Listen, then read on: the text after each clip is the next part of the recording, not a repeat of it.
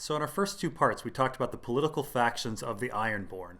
Victarion wants the old way, Asha wants the new way, and Euron wants the long night. We've also found out that a lot of creepy dudes have been hanging in Slaver's Bay at the same time, stalking a 16-year-old girl. We've got Euron, we've got warlocks, we've got Daario, and we've got the Corsair King. Are these guys working with each other? Are they working for each other? Are they the same people?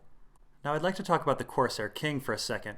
He's based out of the Basilisk Isles and tries to buy slaves in Astapor just 3 days before Dany. He fails at this, but is somehow still able to raid the Summer Isles just a little bit later. Now the Summer Isles are on the way back to the Iron Isles, so it could be that Euron is actually the Corsair King. But what use would Euron have for Unsullied? They're good for land war, not sea raiding. Whoever the Corsair King is, they have a land invasion in mind, and they must have been disappointed when Daenerys took all of their slaves. Which brings me to a weird event that happens after Dany conquers Meereen. A Qartheen trader arrives and starts telling Dany how horrible Astapor is.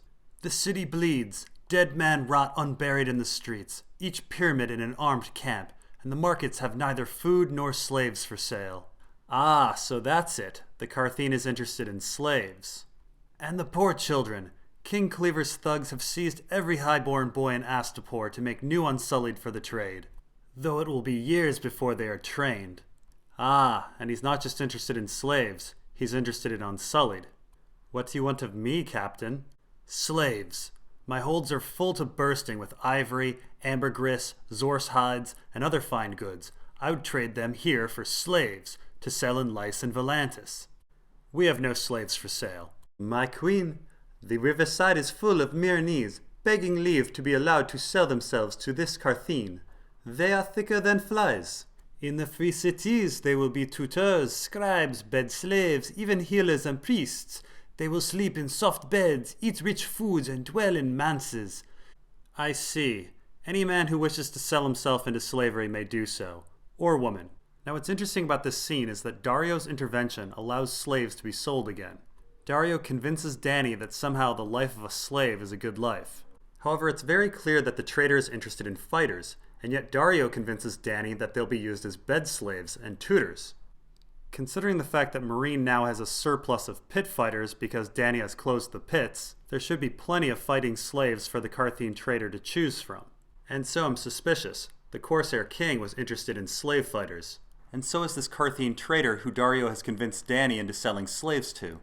If you still don't think this Qartheen trader is suspicious, let's take a look at his hold. He's bringing ivory and ambergris from Qarth. Now one would think that ivory would come from Volantis with all of those elephants, and ambergris comes from Wales, so one would think that might come from the Ibbenese. And he's bringing his slaves away from Qarth towards Lys and Volantis, around the smoking ruins of Valyria. Why not sell them back in Qarth where they're also wanted? Now yes, ivory and ambergris can come from other sources, and maybe they pay more for slaves in Lys, but it's suspicious. One would expect a Qartheen trader to have holds filled with jade and saffron. And it gets weirder. An envoy is also aboard this trader's ship. His name is Gael, and he's supposedly an envoy from Astapor, although he doesn't appear in any appendices. On a few occasions, he tries to get Dany to join Astapor in their war against Yunkai. Dany thinks Astapor going to war with Yunkai is a ridiculous idea, and she doesn't really understand why they're doing it. Gael says it's to end slavery in Yunkai, but Astapor is a slave city, so that doesn't really make sense. What also doesn't make sense is that Gael gets promoted to being a lord at some point. Why? He's been completely unsuccessful in bringing Dany into the war. Now we find out from Quentyn's perspective that the Astapori were clearly under the impression that Dany was going to join them in war. So what the hell was their envoy telling them? Did Gael misinform Cleon and tell him that Dany was on his side? Is that why Gael was promoted? Is that why the Astapori entered a war in which they were seriously outgunned? The Windblown described the Yunkai-Astapori war as an absolute slaughter. It seems very possible that Gael started the Yunkai-Astapori war, and him being aboard the Qartheen trader's ship makes me wonder if he's cooperating with Daario and the Corsair King. Daario is also inexplicably pro-war. He even randomly goes out on a sortie and seems to kill Yezin's nephew. Yezin is of course the head of the peace faction in Yunkai. Now there's one last reference to a Corsair ruler from the Basilisk Isles in our story, and that's in the Sorrows. The Sorrows are located in the ruins of Croyane. It was once a great Rhoynish city that went to war with Valyria. but the Valyrians destroyed it, including its Palace of Love, which is probably a great wonder of the world.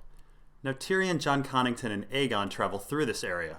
They discuss how the Sorrows are now ruled by a Corsair from the Basilisk Isles. This Prince of Sorrows, aka Shrouded Lord, aka Stony King, rules over an army of stone men. They normally don't attack people, but they suddenly choose to attack Aegon and company. Well, actually, it's a little more complicated than that. First, they pass by the stone men and aren't attacked, but then Tyrion blurts out a bunch of stuff about Aegon's true identity and how Tyrion killed his dad, and suddenly they're teleported back.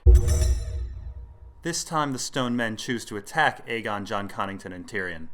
Now, Howland Halfmaester kind of says that the Prince of Sorrows can choose who gets grayscale, so in the end, Jon Connington gets grayscale, but Tyrion does not.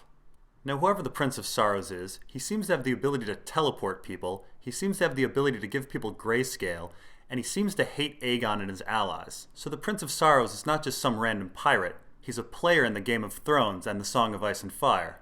But something doesn't quite make sense. If somebody hates Aegon enough to want to kill him, and somebody hates Jon Connington enough to give him grayscale, why would that person spare Tyrion? Tyrion is helping them. Shouldn't he be marked for death as well? And it's actually more nuanced than that. The Shrouded Lord had the Stone Men attack Tyrion, grabbing him unyieldingly. Tyrion passes out and meets the Shrouded Lord in his dreams. In the end, though, the Stone Man lets go, and the Shrouded Lord doesn't give him grayscale. So the Shrouded Lord wanted to kill Tyrion, hesitated, and then decided not to kill Tyrion. Which brings me to my theory on who the Shrouded Lord is. The Shrouded Lord is Garyon Lannister. Garyon Lannister is Tyrion's favorite uncle, who went missing after trying to find the Lannister family sword in Valyria. And he has a lot of similarities to this Shrouded Lord, Prince of Sorrows character. Both men are famous for their sense of humor. Both men have an interest in the wonders of the world. And both men look like Tywin Lannister. When Tyrion dreams of the Shrouded Lord, he dreams of him with his father's face. And if one were going to go to a volcanic island, stone men who can't feel their extremities may be very useful. Now one could argue that lots of people laugh and lots of people are interested in wonders of the world, and Tyrion was simply feeling guilty about killing his father, and Garyon had a different method for getting into Valyria. But here's the big question. Who would want to kill Tyrion, hesitate, and then not do it? Of all the people I can think of, it's only family members, only Lannisters. Tyrion announced to the Sorrows that he killed Tywin, and yet when it came time to kill Tyrion, the Shrouded Lord didn't do it. And this is exactly how Garyon, a man who loved his nephew but likely had a rocky relationship with his brother, would react. Conflicted. Now you may be asking, what does the Chekhov's gun of Garyon Lannister have to do with the Ironborn? Isn't this video about the Ironborn? It is. Now hear me out. Euron comes to the Iron Isles with a dragon horn. He claims he found it in Valyria, where Garyon was trying to go. Now unless Garyon and Euron both independently came up with a suicide quest to go into Valyria, we have to assume that these guys have met. Maybe Euron stole the horn, maybe Garyon gave him the horn, maybe they're the same guy, but there's a connection. And it seems Euron serves a Dark Lord of some sort. Now this may be the Night King, but the Night King hasn't yet appeared in the books, and Euron has showed no interest in the North, even abandoning Moat Cailin. The Shrouded Lord, on the other hand, fits the bill. Tyrion consistently associates him with darkness and night.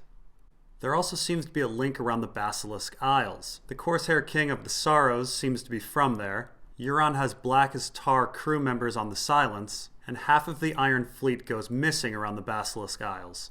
Now, if there is indeed only one Corsair King from the Basilisk Isles, then both that Corsair King and Euron were near Dany during her fateful time in Astapor.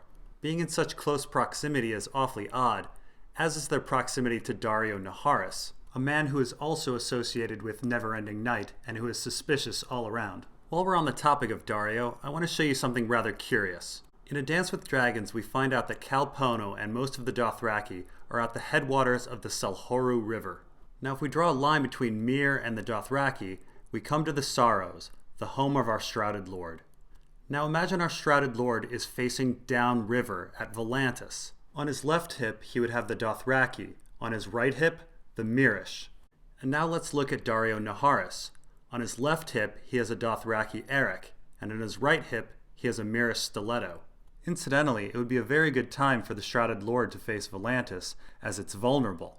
Part of the Volantian fleet is upriver because of the Dothraki, and another part is helping Aegon drop off in Westeros.